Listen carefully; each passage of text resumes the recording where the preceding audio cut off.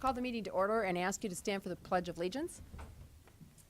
I pledge allegiance to the flag of the United States of America and to the republic for which it stands, one nation under God, indivisible, with liberty and justice for all. Good morning. And welcome to the September 6th County Commission meeting. I'd remind you to silence your cell phones. The meeting documents are on the end of the counter in the white folder, and Robert is in the front row, and he would have listening devices if you need one. With that, we'll move on to routine business. Item number 1 is consider a motion to approve the agenda. Second. A motion and a second. All those in favor say aye. Aye. Those opposed, same sign. Motion passes unanimously. Item number 2 is County Commission meeting minutes from August 30th, 2016. I do have a short correction before you make a motion, and that would be that, and I didn't pull it up, but under old business, I had commented several weeks ago that I was going to have a report on my trip to NACO, and last week I did say that that report had gone out to you, and I just thought we should follow up that that had been completed. So that would be my correction to the minutes, if somebody wants to make a motion. I'll make a motion to approve the minutes as amended. Second. A motion and a second. All those in favor say aye. Aye. Those opposed, same sign. Motion passes unanimously. Item number 3 is bills to be paid in the amount of $918,661.97. Is there a motion? So move. I have a motion and a second. Are there any comments on the bills? All those in favor say aye. Aye. Those opposed, same sign. Motion passes unanimously. Item number 4 is reports. Item A is Minnehaha County Highway Report, August 2016, is on file at the auditor's office. Item number 5 is personnel actions. Item A is consider a motion to approve the routine personnel actions. Is there a motion? So, second. Motion and a second. All those in favor say aye. Aye. Those opposed, same sign. Motion passes unanimously. Item number B is recognize significant employee anniversaries for August 2016. Good morning, Carrie. Good morning, Carrie Deaver from Human Resources. I have a short list for you this morning. You have myself celebrating 10 years, Adam Nelson with the museum celebrating 15 years, Patty Henry with the Treasurer's Office celebrating 20 years. Is Madam any- Chair, Commissioner Barr. just want to say that when she says myself, it doesn't resonate, but Carrie Deaver is celebrating 10 years here at the county and certainly as a very valuable employee. Thank you. Is there anyone else here? Nope, I don't see anyone. All right. Well, thank you, Carrie, for being here and giving the report after 10 years. Thank you. Item C is recognize significant volunteers in the county government for August 2016. We have a list of 278 volunteers throughout county. Every month I give this to you. I'm surprised that we're so close to 300 volunteers every month at county. It's amazing, so we're very grateful to them. Okay. And item D is commission action, special action. The final item is to approve the promotion of Jason Gearman from sergeant at $2,929.60 biweekly to captain at $3,314.40 biweekly, effective September 10th. This is primarily related to SWAT-related responsibilities, and Michelle is here to answer any questions if you should have any. Okay. Any questions for Michelle?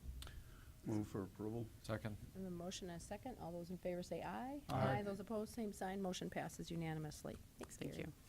Item number 6 is applications for abatement. There are none. Item number 7 is notices and requests. Item A is authorize the auditor to publish notice to bidders for the remodeling of the Expo Building restrooms and the construction of a comfort station at the W.H. Lyons Fairgrounds. Is there a motion? I'll make a motion to approve. Second. I have a motion and a second. Any questions? All those in favor say aye. Aye. Those Aye. opposed, same sign. Motion passes unanimously. Item number 8 is planning and zoning notices. There are none. Item 9 is petition for compromise of lien. Item A is DPNO number 43423 in the amount of $5,635.40. Robert Wilson, good morning. Good morning, Commissioners. Robert Wilson with the Commission Office. The applicant has submitted a compromise of lien request for DPNO 43423 in the amount of $5,635.40.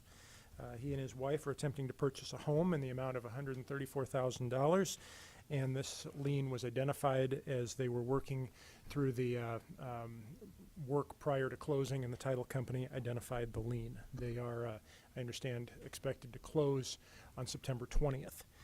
This lien was recorded in June of 2000 has to do with medical bills, medical assistance provided through the Human Services Office. The applicant is here, and I believe he will wish to speak with you this morning. The issue here is really, I believe from the applicant's point of view, that he felt like he was never notified of this lien. I think you have some documentation in your application from the time of the application of the paper that was signed in acknowledgement of the service. I believe the applicant may speak to that. But it appears that everything looks orderly from the administrative process of the way this lien was intact and before you. And I would turn it over to the applicant to address you, unless you have any concerns for me prior to that. Okay, any questions for Robert on this lien? Okay. The applicant like to say anything, and you can stay where you are, do not state your name, and you just have to speak really loudly. So you don't even have to stand if you don't want to. It's up to you, just talk really loud. Yeah, as Skip mentioned, it's just a situation where I was never given an opportunity to pay this lien. I was never notified at all in any way. The last I had heard of it is that the Sioux Valley Hospital at the time was just writing it off due to medical hardship reasons. And up until a month ago on this title work for this new home purchase, it had never come up. I called Human Services. They said it wouldn't come up unless it, came to a sale or a purchase of a property. However, it was turned over to a collection agency who also I was never contacted by or received any kind of notification by. And of course, I was advised it would never show up on any credit reports, which it never did. But this collection agency never attempted once to contact me. As far as I know, they never made any phone calls, sent any letters. My wife is a junior high teacher and making her first home purchase here, and this is something, of course, that's preventing us from being able to do so in a couple weeks. And my biggest issue is just I never was given an opportunity to pay this. I've never been late on a payment that I agreed to pay in my life. I definitely would have made arrangements to pay this had I known about it. It's just really tough for me to swallow that in 16 years this never has come up. And the document that he was referencing, somebody forged my name on, and there's no witness acknowledgement on there where it should be. I have no idea who signed that paper, but that's the only proof that the Human Services was able to provide me that I was notified about this thing. And it's definitely not my signature or writing or anybody known to be on there. So somebody at some point forged my name on that document, and that, according to them, is the only notification that they've ever provided me of this lien. Any help or assistance I can receive in this purchase of the home would be greatly appreciated. Okay. Any questions for the applicant? Okay. Comments from the commission? Commissioner Benega. Robert, do we get any acknowledgements or any kind of status reports from the credit-related organization who does the collections for us? Not that I am aware of. The auditor's office works most directly with Hauge Associates, and they may be able to speak more to the process of how that communication and contact back and forth works. What I can tell you is what I see on the lien summary sheet that leads me to believe and understand that it's been turned over to the collections agency, and what I'm fairly certain that Human Services was seeing as well when they provided that information is there's a box in that lien summary sheet that has a code that we recognize that it has been provided to Hauge, but I could not tell you the status of any particular contacts or attempts to contact, and if the auditor's office wanted to add something more to that, I would they may be able to. Thank you. Cindy? Bob Litz from the auditor's office, and the way it works is once we turn something over to Haugsy, And associates is the best analogy maybe would be as they put their line in the water. If they catch something, that's good. I haven't seen that I can determine a lot of aggression on their part for collecting these debts. As a matter of fact, last year we collected one, had to pay them, write them out a check for $1,800 because it was There's a no thing. I'm sorry. So there's no due diligence reports at all on what they've? Not that I'm aware of, no. Commissioner Kelly. This for Robert or Carol. The signature bothers me on the acknowledgement, when we tell him what the deal is. He claims that's not his, it doesn't look like his writing. Is that a common practice that they don't sign, or? You have your Human Services Director, Carrie Benz, here, who may be able to speak more to practice. I would remind you again, this is from June of 2000. Yeah, I realize. Morning, Commission. Carrie Benz from Human Services.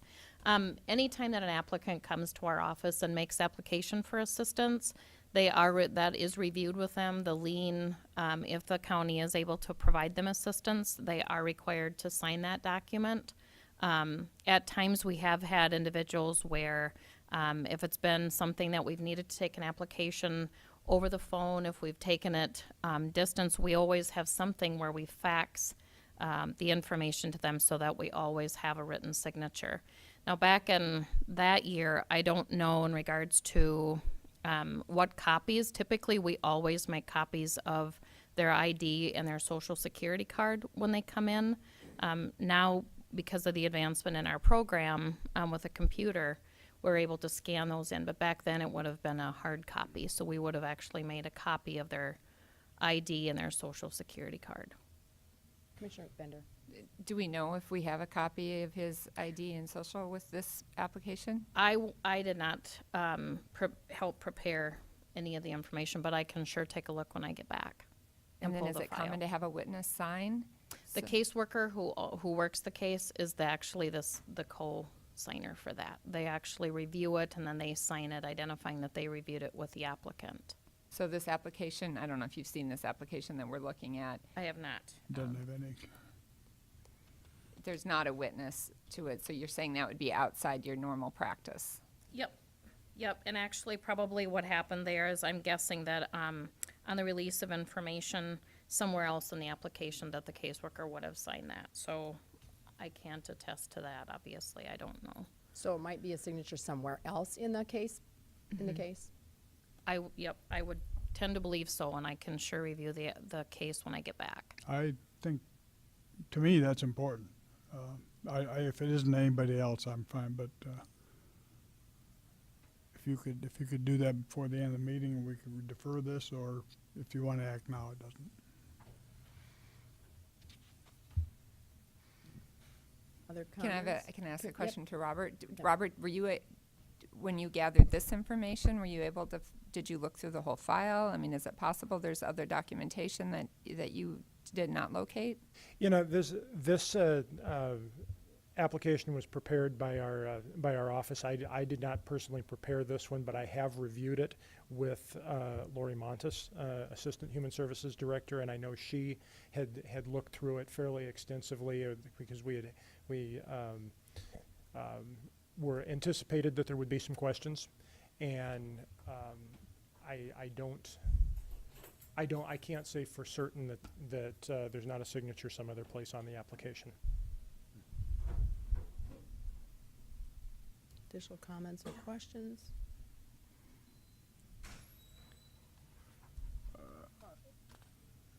I'd like to defer this till the end of the meeting. I'd like to, if he did sign, that's one thing. If he didn't sign it, to me, we have nothing to stand on. I don't know. I would also suggest that if you look at those two O's, they're exactly the same, and if you look at the S in his name, he also does it the same. I'm not a writing expert, but they look very similar to me, but then I'm not a writing expert.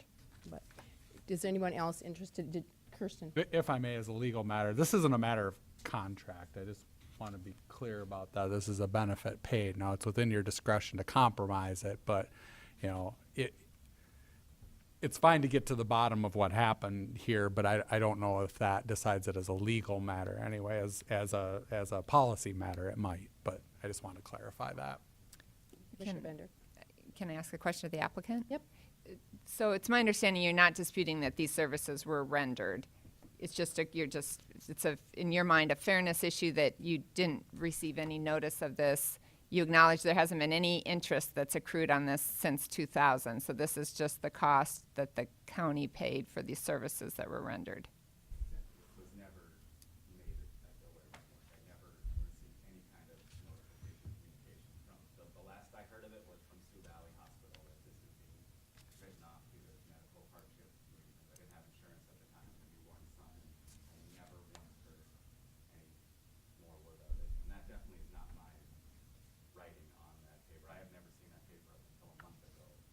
But I think that the point that our state's attorney is making is that really the legal obligation arises not by you signing this, but arises by the fact that services were rendered that weren't paid for. And I think that's the issue that we're grappling with here is then what is, arguably it's exceedingly fair that you received this benefit with no interest accruing for 16 years, that in, today's dollars, this is, really a relatively low amount that you're paying for those services that were rendered. You said earlier that if you had noticed that you always pay your bills. And so, in my mind, it seems a little contradictory that now you have noticed, but you're not wanting to pay this bill.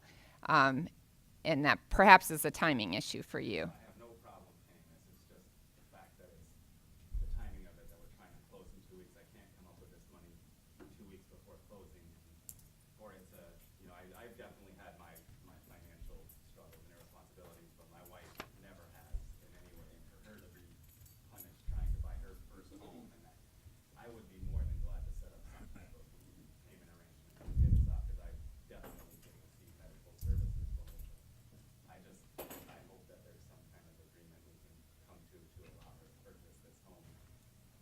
I would be glad to make some kind of payment arrangements if we can get it removed off of the, Could you afford to pay half of it now, right before the closing. before the closing?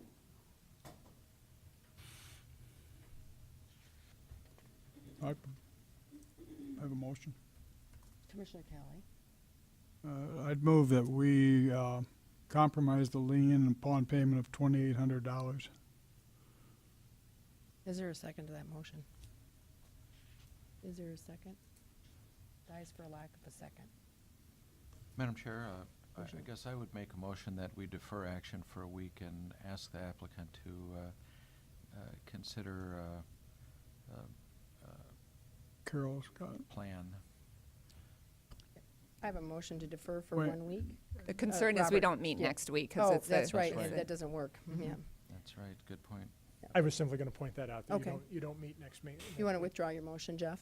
I do. And withdraw the motion. Okay. Commissioner? If I- Excuse me, Robert. If I may point out, I just want to make you aware that Commission Administrative Officer Carol Muller has also provided a complete rundown and narrative of the application to Carrie Benz, and they are both reviewing it at the moment as well to see Okay. if there's And any I- other notes, anything in here. Sounds that- like that's irrelevant at this point anyway, so. Back to the commission. Why is for it a comment. irrelevant? As far as whether there's another person's signature on it. Kirsten, would you explain that again? Well, it may be relevant to you as a policy Right. decision here. I'm just saying as a legal matter, it attaches. It might be relevant to you as a policy decision to dig into the file and figure out what might have happened. I mean, in all fairness, by the signature, we're looking back to 1999 here, so. Madam Chair, Commission, I just want to comment, I think that over the years, we've heard that taking it off of the real estate transaction but leaving it on the individual does not work. So that is not an option that we have. Yeah, that's usually an issue with the title insurance, and there's some trepidation on behalf of the especially I'm guessing it's finance, because otherwise it wouldn't be an issue. So Commissioner Kelly? Can we compromise this upon signature upon him signing a promissory note to pay over 2 years? I mean, could we, for instance, could we compromise it to $2,800 and have a 2-year promissory note with monthly payments contingent upon him signing that promissory note? I can just speak from experience. My experience is the people transacting the land transaction would still see that as you're just converting that obligation to another name, but would see its effect as the same. That's my impression of So you don't think what's the title happened company before. would sign off? Probably not. Even though okay. Yeah. I mean, I'm just guessing, but that's past experience I here. mean, he's indicated to us that he's willing to pay it. Since we don't meet next week, that would put the next meeting Too late for him. before, on the day of the closing or after, before it, but, or after it. Could we schedule this as part of our budget hearing that we have next week? I don't think, can we schedule this as part of the budget hearing? I don't know that the budget hearing is, You have to have a regular I think meeting it's a for it. regular Okay, meeting. that's what I thought. Yeah. Is there anything in the paperwork that you guys have got that is a change from what we see on our screens here?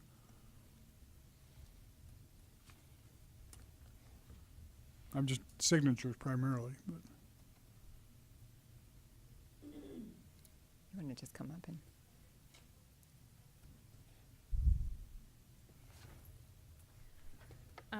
Again, Carrie Benz with Human Services. Just in looking through the notations that are here, this is just a printout of the case that when the individual came in to make application, it just goes through and does identify what the application was made for, the amounts, and the process that was went through in regards to approving assistance for this. And so there isn't anything here that I would say identifies that there's a signature. It does have the initials of the staff members who processed the application.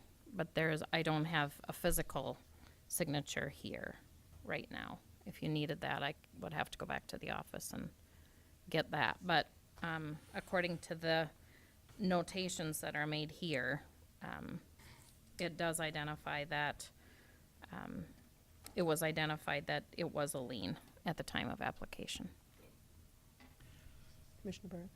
You know, Madam Chair, fellow commissioners, it seems like our only choices right now are to accept it or decline to accept it. And, you know, I guess the other thought would be, instead of the proposal that Dick had, I would ask the applicant, is there any amount that he might be able to come forward with now?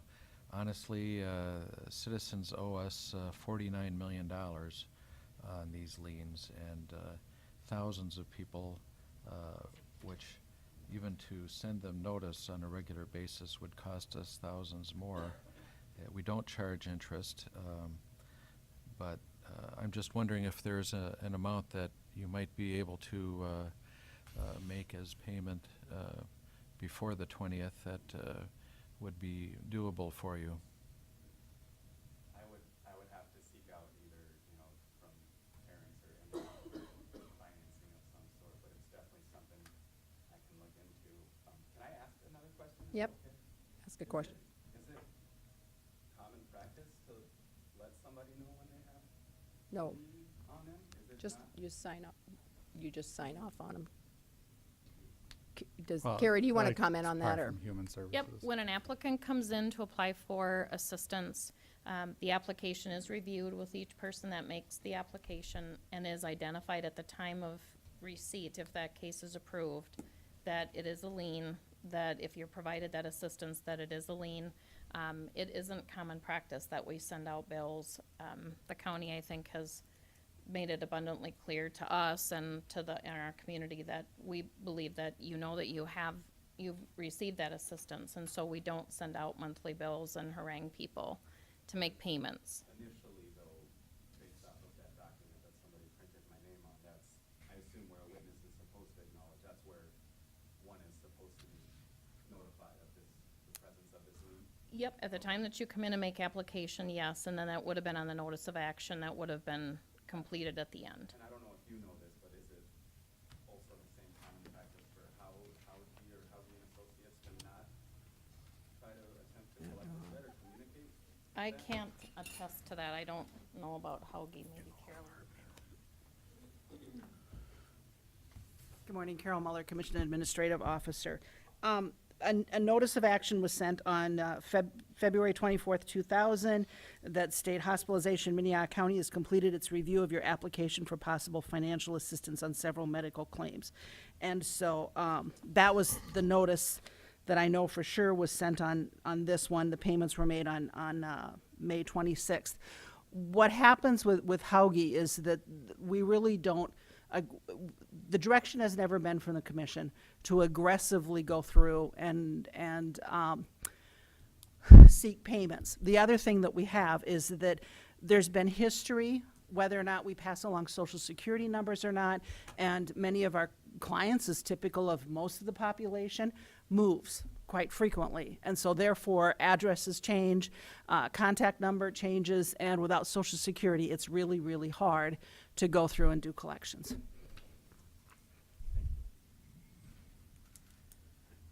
Commissioner Berth? I would also point out that in this case, it's medical services, but most all services that we provide wind up with these liens, things like court-appointed attorneys, etc. But I guess I'm wondering if we couldn't propose a lesser amount, and so I'll float a motion that we would ask the applicant to make a payment of $500 before the closing date and clear the lien at that point. I have a motion for $500. Is there a second?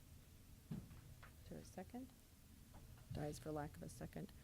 I would suggest that maybe family members would be willing to float and I don't know the family members, but would float the loan that would help to pay this off at interest-free or even at 1% over the next 2 years, or a portion. I'm of it. sorry, would you say it again? I said I would suggest that maybe he goes to family members and see if there is someone who would give him a loan for 2 years to pay it off. If his family knows him and knows he's good for his money, then I wouldn't think it'd be too much of a problem if they were financially in a place that he could help loan the money. But, Madam Chair, is there a motion you'd like to have made on basis of your I don't have comment? a specific motion either. These are always very difficult, and it's always such a timing issue when they come here that makes it very frustrating because it gives us very few options as to how to deal with this. I think that our practice has been frequently to forgive 50% of the outstanding balance, and so I would make a motion to abate 50% of this. If there's a payment made before closing, then it would be abated, and if not, then it would just stand. Second. I have a motion and a second to abate by 50%. What does that end up to be? About $2,800. 28, 15, 16, 18. Commissioner. About 17, Commissioner, excuse me. Oh, I got it. $2,817.70. I almost had that in my head. I have a motion and a second to abate for $2,817.70. Additional comments? I think that's going to be difficult to do. Any other comments? All those in favor say aye. Aye. Those opposed, same sign. Motion passes unanimously. You'll have to pay that before the closing. You can talk to Robert and he can help you figure out what you got to figure out. So. Next, we have opportunity for public comment. If there's anyone who would like to speak to anything that is not on the agenda today. Okay. That will go on to regular business. Item number 10 is consider a resolution to express support for the basing of F-35 Lightning Joint Strike Fighter at the Joe Foss Field 114th Fighter Wing, South Dakota Air National Guard. Mike Lynch. Good morning, Mike. Good morning, Madam Chair, Commissioners. Mike Lynch from the Sioux Falls Area Chamber of Commerce. Thank you very much for allowing me to visit with you and ask for your consideration of the resolution today. Just wanted to briefly discuss the military task force as a whole so that people have a good understanding. First of all, the mission of the military task force is to advocate for the future of Joe Foss Field. the South Dakota Air National Guard, and other military units in the Sioux Falls area. Currently, we have 22 on the military task force. Voting members include the chair of the board of directors from the Sioux Falls Area Chamber, chair of the board from the Sioux Falls Development Foundation, chair of the Joint Management Committee from Forward Sioux Falls, president and CEO of the Sioux Falls Area Chamber, president and CEO of the Sioux Falls Development Foundation, and then between 5 and 9 at-large members, in addition to ex officio members, which include the mayor of Sioux Falls, Commissioner Heiberger as the chair of the Minnehaha County Commission, chair of the Sioux Falls Regional Airport Authority, each state director for the South Dakota's 2 U.S. senators and South Dakota's representative from the U.S. House of Representatives, and the chair of the Military and Veterans Affairs Committee of the Sioux Falls Area Chamber of Commerce. So, what we have is, and I know that it has been in the media, but just to provide a brief backdrop of the current situation at the South Dakota Air National Guard. The South Dakota Air National Guard flies the F-16s currently, and the U.S. Air Force has determined that the projected end of service life for the F-16 aircraft is between 2027 and 2030. So all F-16 and all A-10 aircraft throughout the Air Force will be replaced by the F-35 Joint Strike Fighters. However, not all bases will receive the F-35s. So currently, the South Dakota Air National Guard is one of 18 bases throughout the Air Force being considered for site surveys. And we may know as early as this month if we are one of approximately 6 that will be selected for the site survey. From the site survey finalists, the Air Force will likely announce the finalists by early 2017. So right now we're in a position where it's very important that the South Dakota Air National Guard does not lose its flying mission. Just a little bit about the South Dakota Air National Guard. Right now there are over 1,000 disciplined, reliable personnel, both which would include those on active duty and Guard members. The annual impact of the South Dakota Air National Guard is $70 million, and the South Dakota Air National Guard has been the recipient of numerous awards throughout their history, some of which will be stated within the resolution, that prove that the air base is one of the best in the nation. It certainly provides an essential mission for both the state and the nation, and a big part of what we're asking for as a military task force today is that if we are one of the bases chosen for a site survey, it's very important that we garner strong community support. So just a little backdrop, a little history on what the military task force has done at present regarding this issue. In 2015, the military task force held meetings to develop an action plan and have held several small group meetings since that time with the CODEL, with Governor Dugard, Mayor Huther, the City Council, and the County Commission. This past legislative session, there was a House concurrent resolution that was passed unanimously in support of the F-35 basing at Joe Foss Field. Mayor Huther has written a letter of support to be distributed to the CODEL. Today, members of the military task force and staff members from the Sioux Falls Area Chamber are on their way to D.C. for a fly-in to meet with military personnel at the Pentagon and with our congressional delegation as well. And tonight, the Sioux Falls City Council will consider a similar resolution that is what is similar to what's in front of you today. So we would very respectfully ask for your support of the resolution, and if I may read that at this point in time. That would be Great. Resolution MC-16, to express unwavering support for basing the F-35 Lightning Joint Strike Fighter at Joe Foss Field, 114th Fighter Wing, South Dakota Air National Guard. Whereas the United States Air Force is currently deliberating the location of the F-35 Lightning Joint Strike Fighter. Whereas the F-35 is considered to be the world's most advanced multi-role aircraft, combining advanced stealth capabilities with fighter aircraft speed and agility, fully fused sensor information, network-enabled operations, and advanced logistics and sustainment. Whereas the South Dakota Air National Guard was founded by Medal of Honor recipient and former Governor Joe Foss in 1946 at Sioux Falls, South Dakota. Whereas the 114th Fighter Wing is a highly decorated unit, receiving several awards multiple times throughout the years, including the Air Force Outstanding Unit Award in 2015, and that was the 8th time that they had received that. The Distinguished Flying Unit Plaque in 2016, and that was the 6th time that they've received that. NGA US Spats Trophy, which is the top flying unit, and that was received in 2014 for the 4th time, and many additional awards. Whereas the 114th Fighter Wing has served the United States Air Force in 17 deployments and activations since 1993, including Operation Northern Watch, Operation Southern Watch, Operation Iraqi Freedom, Operation Enduring Freedom, among others. And whereas the 114th Fighter Wing enjoys steadfast support from local citizens, businesses, civic organizations, employers, and elected leaders.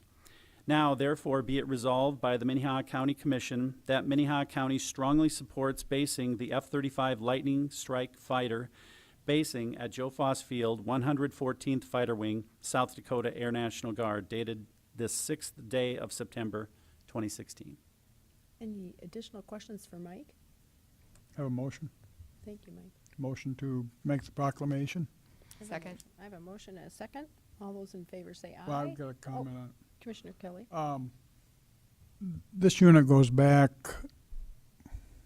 it's almost 70 years, 60 years, 70 years? 70 years. 46. It has always, safety's always been a priority, and they've always been a recipient of and being one of the top. Back, I was in the Guard unit in the early 50s, 60s. They were receiving awards and they are truly one of the top Guard units in the United States, if not the top. From an economic standpoint, this is extremely important to us. A lot of our own employees are member of the Guard and the citizen soldiers, so they do provide, to the city employees that are also disciplined in the military way, and I think it's very important. I think our unanimous support will be really great. Thank you, Commissioner Kelly, for your comments. Additional comments? Okay, I have a motion and a second to approve. All those in favor say aye. Aye. Those opposed, same sign. Motion passes unanimously. Thank you, Mike. Thanks. Item number 11 is a budget hearing to receive comments and input on the fiscal year 2017 Minnehaha County annual budget. Carol Muller. Good morning, Commissioners. Carol Muller, Commission Administrative Officer. The Commission adopted the FY17 2017 provisional budget on July 28, 2016. After its adoption, the provisional budget was published in the legal newspapers of Minnehaha County, and today is your public hearing for any public input. So just a few comments about highlights about the provisional budget as it stands at this point. The general budget is $82,556,219. Cash applied stands at $5.177 million. Last year, you approved a $3.5 million opt-out, of which $1.5 has been accessed. At this point, you have no plans to access that $2 million that is still available as part of that opt-out. $750,000 is included as FY17 expenses for the ERP purchase, which includes county financials, payroll, taxes, etc. Essentially, how I think of as the brain that runs a lot of the infrastructure of the county. So all the money works and money comes in and money goes out. There are a total of 11 new hires in the provisional budget, of which 10 are in public safety. The cost of those 11 positions is $654,000. On the revenue side, we have a growth of 3% due to new construction within the county, which adds $893,000 in revenue. The CPI adjustment is 0 per property tax limitation statutes. Recent legislation added the following revenues. SB 2's change in alcohol tax distribution is estimated to add $600,000 in 2017, and HB 1005's changes in fees adds $455,000 in treasurer's fees and $135,000 in sheriff's fees. Upcoming budget meetings that you also have is tonight at 5 o'clock. There is a joint meeting with the City of Sioux Falls where we will hear Metro, Siouxland Libraries, and the Siouxland Heritage Museum. They will present their budgets and you will adopt them at that time because those are jointly funded programs. A county budget hearing meeting will be held at 6 p.m. on Wednesday, September 14th in Commission Chambers. And just looking ahead, you will approve the budget the final week, which really means the week before. We need to have everything finalized and ready to go in numbers so we can have everything prepared for you. This is a public hearing. Is there anyone that would like to comment on what the county has done for the budget for fiscal year 2017? And there are no comments, and so that is all there is. With that, we'll move on to number 12, which is a briefing on the Rural Ambulance Quality Assurance Director's Position 2017 budget. Briefing. Thank you, Robert. Good morning, Commissioners. Robert Wilson again with the County Commission Office. The provisional budget for next year does not include funding for the Rural Ambulance Service Quality Assurance Director position. Now, this position has been funded in the past, $30,000 in 2016, and the role of the QA Director is defined in the county's Surface Ambulance License Ordinance. The purpose of this briefing today is to lay out a couple of options and things for the Commission to consider if the QA Director position is not funded in 2017 as it currently is. The Commission Office, Emergency Management Director, and the State's Attorney's Office have worked together to develop the following information. If the QA Director position is not staffed in some capacity, the State's Attorney's Office advises that the current County Ambulance Ordinance should be amended prior to January 1 of next year. The county and the Quality Assurance Director annually sign a one-year agreement for the provision of services. In 2017, if the position is funded, parties could consider changes to the terms of that agreement. One other suggestion that has been raised is to retain the services of an independent firm to review and make recommendations about the overall organization and provision of ambulance services across Minnehaha County. At the direction of the Commission Office, State's Attorney's Office, and the Emergency Management Office will identify potential providers and solicit proposals. And the current ambulance licenses issued to providers in Minnehaha County will expire at the end of this year. Applications from services interested in providing that service for the next term were due to our office on September 1st. That is currently looking for a 2-year period. If you wish to engage in independent review, you may wish to consider amending that license period to 1 year to potentially, if you receive recommendations of some different change in format, that you would be able to implement that a year earlier than if you issue 2-year licenses.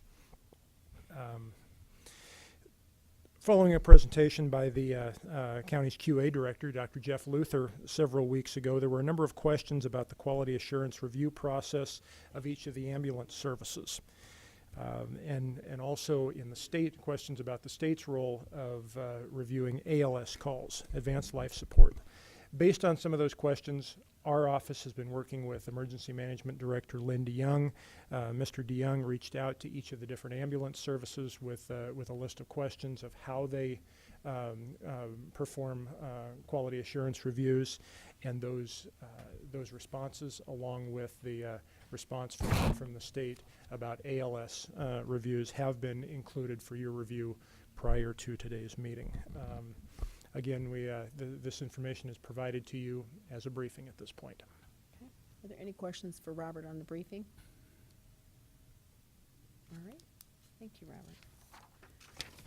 Item number 13 is consider a motion to approve the following actions related to the disposal of the tax deed properties. Auditor Letts, good morning again. Good morning again, Bob Litz from the Auditor's Office. And last week when you had a commission meeting, the appraisal board had done some recommendations, but the commission wanted a separate resolution for the transfer of this property to the city. The resolution is in place right now. I want to give you a little bit of backdrop on this. I think this property's been hanging out on our tax deed roll since 2013. It was involved in a contractor bankruptcy litigation for a while. The City of Sioux Falls approached us back then, in hopes of getting it, but due to the legal nature of the property, we were unable to give it to them at this time. Earlier this year, a couple members of the city showed up and asked about the property again. Dropped through the cracks, or somehow we didn't stay on top of this here. But anyway, they've been taking care of it since then. The thing that prompted their move was the neighbors out there have been asking for sidewalks around it. The city, it's a big pond. It's a significant piece of land. It is part of their comprehensive drainage plan.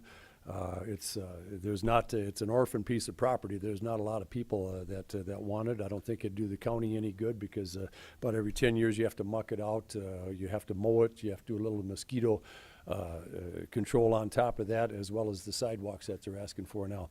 I did refer this matter to Kirsten, being it was tied up in litigation before. And Kirsten, I don't want to speak on your behalf here.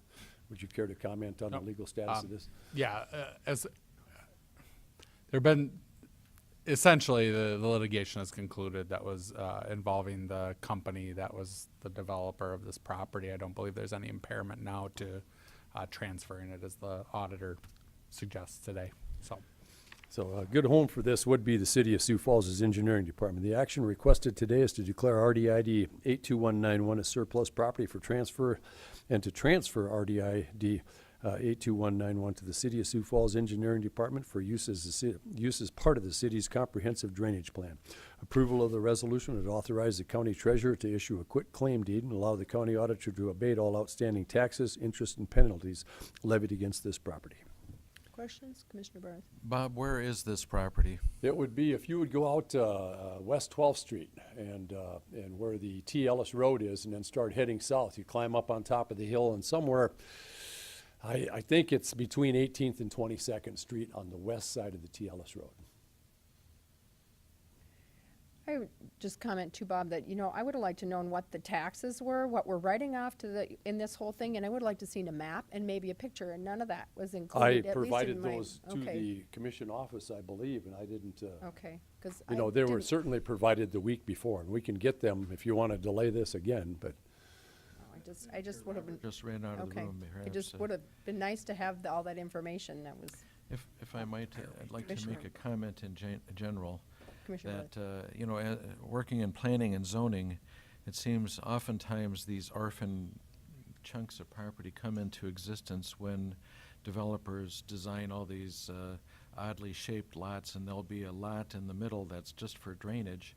No one pays the taxes on it, no one mows it, and eventually we wind up owning it. And so as we get those suggested plots going, I'm opposed to storm runoff ponds that are not owned by anyone and that's going to pay those taxes. If they should go to the city, they ought to go to the city right off the bat. And I agree with you, Mr. Barth, and the way these come about is when a developer plots a big piece of ground, part of it, if it's going to be drainage, they have to put that in there.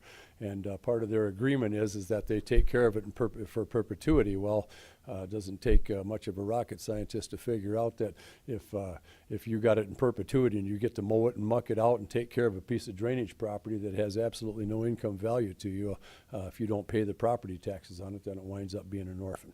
And this has been a process that we've been going through here since I've been the auditor here on various chunks of property. Is that upside down? I know Rob? where Yeah, that other is. than I being know- upside down, it's fine. I know where that is. So that whole hole is nothing. No, I think You would flip it. there you go. You turn That's at the it. same time. It may very well be full of water this morning. I know where that is. Comments? To do the suggested transfer. I'll second that. We have a motion and a second. Additional comments? All those in favor say aye. Aye. Those opposed, same sign. Motion passes unanimously. Thank you. Thank you. Item number 14 is Minnehaha County Liaison Assignment Reports. Are there any reports? We Commissioner will Kelly? begin, the committee to replace the library director will be, our first meeting is Thursday, I believe.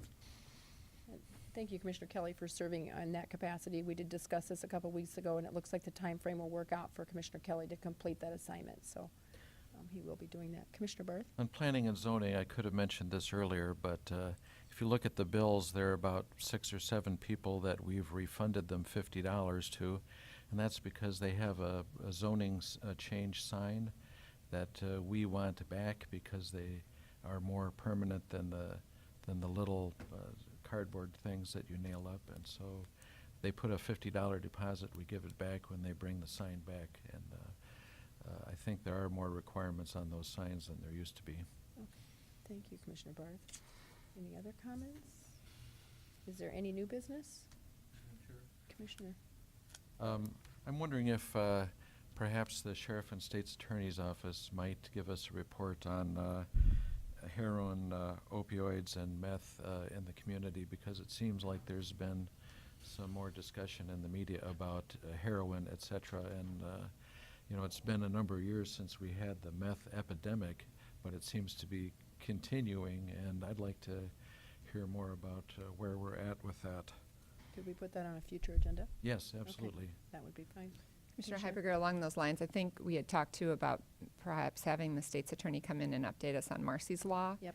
And maybe we could address both those topics at that time. Excellent. I agree. We have reached out to the state's attorney, and I'm not sure whether we've had a response yet, but yes, we did want that. And additional comments? Under old business. Under old business, is there any old business? Dick has his hand up, and then Commissioner me. Kelly? Ever since I've been on the commission, I imagine even with Jeff, we've been talking about the $50 million in liens out there, and the fact that we cannot afford to send out because we'd have wrong addresses and everything else. But I'm just wondering if there's a way where you can say that any lien over $1,500 or $2,000, you can bill it annually, or there's some way that we can make an attempt to. I agree that probably the collection agency doesn't do a lot, and this incident today is kind of an example of where there may have been some good faith payments had the liens been billed. We've heard all the stories, and a lot of them are a real interesting situation. But I think that there ought to be some study done on how can we look at the ones under $500 or $1,000. There's no reason to go out and try and collect them. They will or won't be. If something happens and they buy a new house, they may have to settle it up. But in the long run, I think we probably end up writing off most of those anyway under the other 20-year deal and whatever the terms are on that. I would suggest that you do look at some of the bigger claims, finding out if they are collectible or in part or in whole. And down the future, maybe you can whittle that $50 million down to $40 million or something. I don't know. I think it'd be interesting to know what our Haugen Associates do. We did have a report or something from them since I have been here. We've had them come in and speak, I'm pretty sure. And it might be good timing to do that again. Yeah, Carol Muller, Minnehaha County Commission Administrative Officer. Right after I started in 2010, there was a meeting about it, and I certainly think that it would be a good idea to come back and again have some of those philosophical discussions as to how do you want to be more aggressive? Do you want to retain the way it is? Those type of conversations, I think absolutely would be good to do. Is it possible to, they could be listed so you could show all liens over $2,000 on a sheet or something? Is that, Bob, is that possible? simple little computer? Yeah. Kirsten has it. Or is it more complicated than that? I would guess our system even currently could probably sort by amount. My only comment on this was really this is a philosophical policy decision that you made well in the past. I can tell you from a legal perspective, there are way more tools in your toolbox that you could use to go after collections of these liens. Look to the west. Your colleagues in Pennington County are way more aggressive with these. I can say as an overall policy, but those are the instructions that you've given to Hauge at this point. If you want to revisit it, that's fine.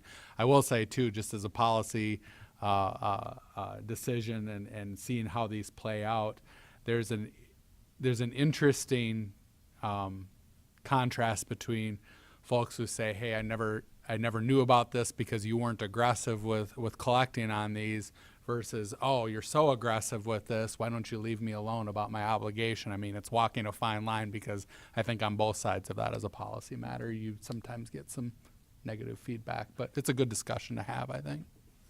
So, Additional comments? Old business? We're on old business, yes. You know, I just wanted to touch base back on the Rural Ambulance Quality Assurance Director position. You know, we did that survey that we sent out, and on question number 8, which is, has your medical director ever received a call about the quality of care from our doctor or a receiving hospital? If so, when and why? What was the resolution? So, 2 organizations, the Del Rapids and Jasper, said no. Humboldt said, I don't think so. Paramedics Plus said they don't do anything for the county at this point. MedStar said they got a call from a hospital, but not from our doctor. And Garrettson said the only contact they had from him was in regards to getting reports in January of 2016, which was this January. So really, there's no interaction between any of those ambulance services and our quality control doctor that we've had. And so it does seem like it's not necessary at this point. Thank you. Is there any other old business? I would just remind everyone that we do not have a county commission meeting. Next week, Tuesday, we have the South Dakota Association of County Commissioners Convention here in Sioux Falls. We have some very good speakers. I think if staff is interested in hearing some of them, they can find out from our office who they are. We have representatives from our national organization, NACO, will be in town, and we also have a nationally known economist coming in. I think both of them will be excellent speakers, and I think our staff could probably let you know what time those speeches are at. Is there any other old business? I would look for a motion to adjourn into executive session for personnel, possible litigation, and contract negotiations. So moved. A Second. motion and a second. All those in favor say aye. Aye. Aye. Those opposed, same sign. Motion passes unanimously. We are adjourned.